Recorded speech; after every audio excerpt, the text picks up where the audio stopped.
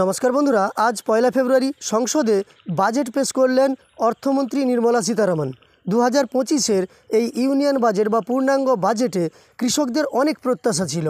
আমরা নানা ধরনের সংবাদ দেখেছিলাম। তাছাড়াও কৃষক কল্যাণ কমিটির প্রস্তাব বা সুপারিশপত্র পেশ হয়েছিল, যেখানে প্রধানমন্ত্রী কিষাণ সম্মান নিধি যোজনায় আর্থিক সহায়তা বাড়ানোর আবেদন করা হয়েছিল বা প্রস্তাব দেওয়া হয়েছিল। সেক্ষেত্রে দ্বিগুণ করার কথা বলা হয়েছিল। তবে আশা করা যাচ্ছিল এই সহায়তার পরিমাণ দ্বিগুণ না হলেও 8,000 কিংবা 10,000 টাকা বছরে করা হবে। সেদিক থেকে দেখতে গেলে কৃষকদের প্রত্যাশা পূরণ হলো না এবারের বাজেট থেকে। তবে কৃষকদের জন্য একটি নতুন প্রকল্পের ঘোষণা করলেন অর্থমন্ত্রী নির্মলা সীতারামন আজকের এই বাজেট পেশের সময়। সেই সঙ্গে কিষাণ ক্রেডিট কার্ডের লোনের পরিমাণও এখানে বৃদ্ধি করার কথা ঘোষণা করা হলো।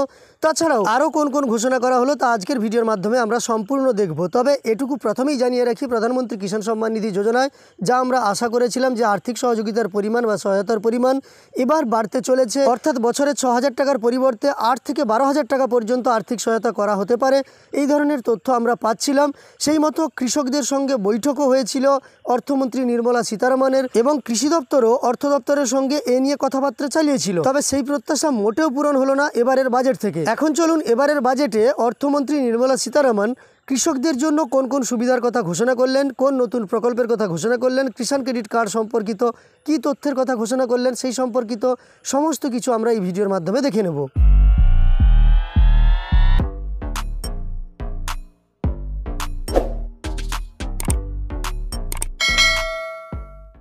তো দেখুন, কৃষি ভিত্তি এই কথা মাথায় রেখেই এবারের বাজেটে বেশি প্রাধান্য পেয়েছে এই বিভাগ।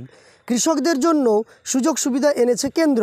রাজনৈতিক মহলের অনুমান, ঠিক যে সময়ে কৃষকেরা আন্দোলন ও অনশন করছেন তখনই বাজেটে কৃষিক্ষেত্রে একাধিক সুবিধা ও প্রকল্পের ঘোষণা করে ক্ষতে প্রলেপ লাগাতে চাইছে মোদী সরকার।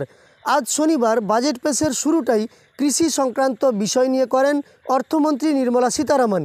নতুন প্রকল্পের কথাও ঘোষণা করেন তিনি। বলেন, প্রধানমন্ত্রী ধনধান্য কৃষি যোজনা নামের এই নতুন প্রকল্পের মাধ্যমে দেশের জেলাভিত্তিক কৃষির ওপর জোর দেবে কেন্দ্র। দেশের যে জেলাগুলিতে ফসলের ফলন কম হয় সেইখানেই এই প্রকল্পের মাধ্যমে বিশেষ পদক্ষেপ নেওয়া হবে। প্রাথমিকভাবে দেশের 100টি জেলায় এই প্রকল্প চালু হবে।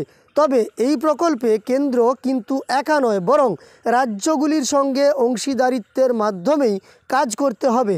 আর এখানেই প্রশ্ন তুলেছে বিরোধী দলগুলি। আবাস, জল জীবন জল মিশন, 100 দিনের কাজে কেন্দ্র নামমাত্র অর্থ বরাদ্দ করে গোটা প্রকল্পটাই রাজ্যের কাঁধে চাপিয়ে দিয়েছে আর নাম কিনছে কেন্দ্র। একইভাবে প্রধানমন্ত্রী ধনধান্য কৃষি যোজনার ক্ষেত্রেও তেমনটাই ঘটবে না তো, উঠছে প্রশ্ন। এছাড়াও এদিনের বাজেটে নেই ফসলের ন্যূনতম সহায়ক মূল্য নিয়ে কোনো প্রস্তাব।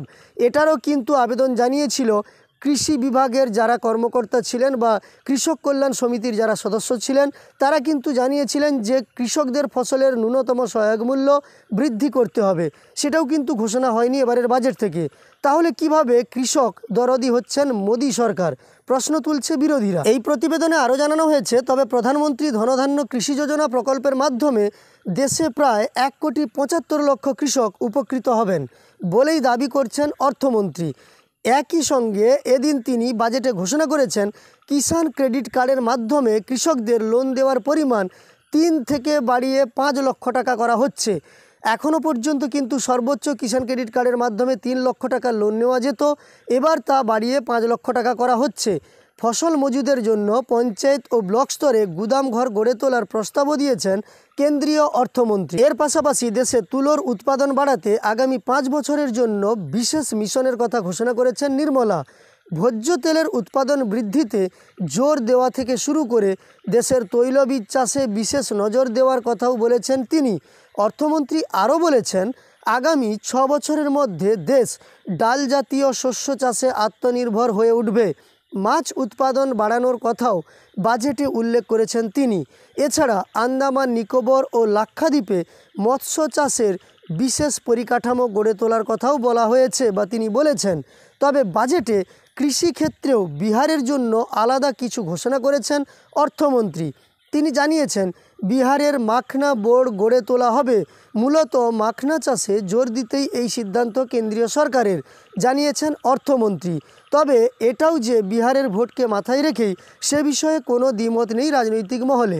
যাই হোক, আজকের এই প্রতিবেদনটা দেখলাম এবং বাজেটও আমরা শুনেছি, যেখানে আমরা বুঝতে পেরেছি যে কৃষকদের জন্য একটি নতুন প্রকল্প আনা হয়েছে, যেমন প্রধানমন্ত্রী ধনধান্য যোজনা।